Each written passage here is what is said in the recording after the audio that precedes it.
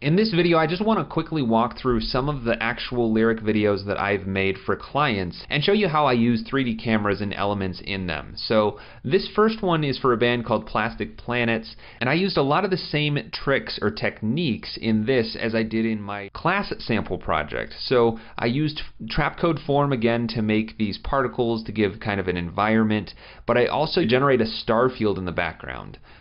I wanted this lyric video to look like it was in space. But the way that it's working is that even though it's responding to the camera movement, it's only moving with the rotation. And that's because if you were in space, the stars are obviously so far away from you that you don't really see any movement, you just see rotation.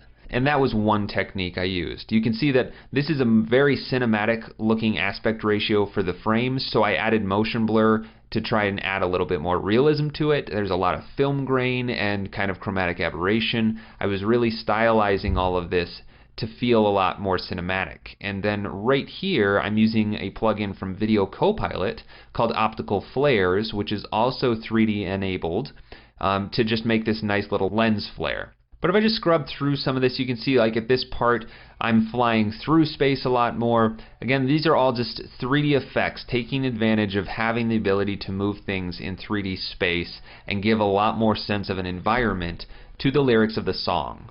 But otherwise, this was put together in exactly the same way as my class project. I blocked out all of the lyrics, laid them out in a more typographic designed way, animated them, and then figured out how the camera was going to move from one phrase to the next. The next lyric video is one that I actually did for Norah Jones, and this one is slightly different because the style is much more graphic. It's a lot of flat looking shapes, not nearly as much depth, but I still used 3D layers and 3D cameras to move around all of it, just because it's a lot easier to just enable that 3D switch and move my camera around rather than parenting all of these layers to a null and animating the null to do all the camera moves for me. So even though all of this motion is very linear and stylized, it was done with 3D cameras and 3D layers. And that was especially useful on, say, this sequence right here, where I was kind of just filling the song where there were no lyrics. I could just very easily push in and out on my scene, twirl the camera around, move things around, without having to add any keyframes to any of the actual elements. I was just animating the 3D camera. Next up is a lyric video I did for a band called The Pink Dust, and this was a very slow song with a lot of breathing room between lyrics, so I took a long time to animate them on, and there's a lot of these little drifting shots. Honestly, the motion in this is so subtle that I'm pretty sure I actually did this without a 3D camera, but where I know that I did use a 3D camera is right in this final section right here where things start to speed up.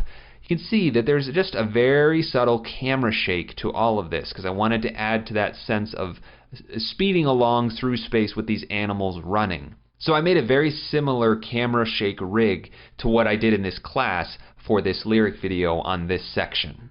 Alright, then there's one more example right here for an artist named Jordan Jones, and this one was done in a neon sign style, but if we push through a little bit, we can see this section right here.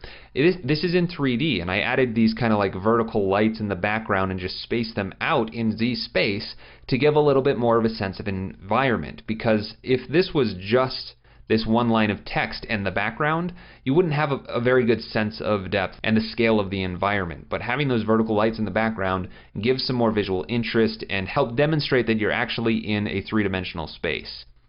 Same thing for other parts of this video. I'm just pushing through all of these one at a time using 3D camera. Everything's set to be a 3D layer, and it's just pushing through. So those are some ways that I've used 3D cameras in my actual real-world client work. And as you can see, there's lots of variety just between those 4 projects. My whole point in showing you all of this is just to kind of give you an idea of how you can use 3D elements, 3D layers, and cameras in a variety of different ways. There's no one way to do it, and you don't have to make a project that looks like my lyric video for my class project. Experiment, have fun with things, play around until you get something that you're really excited about.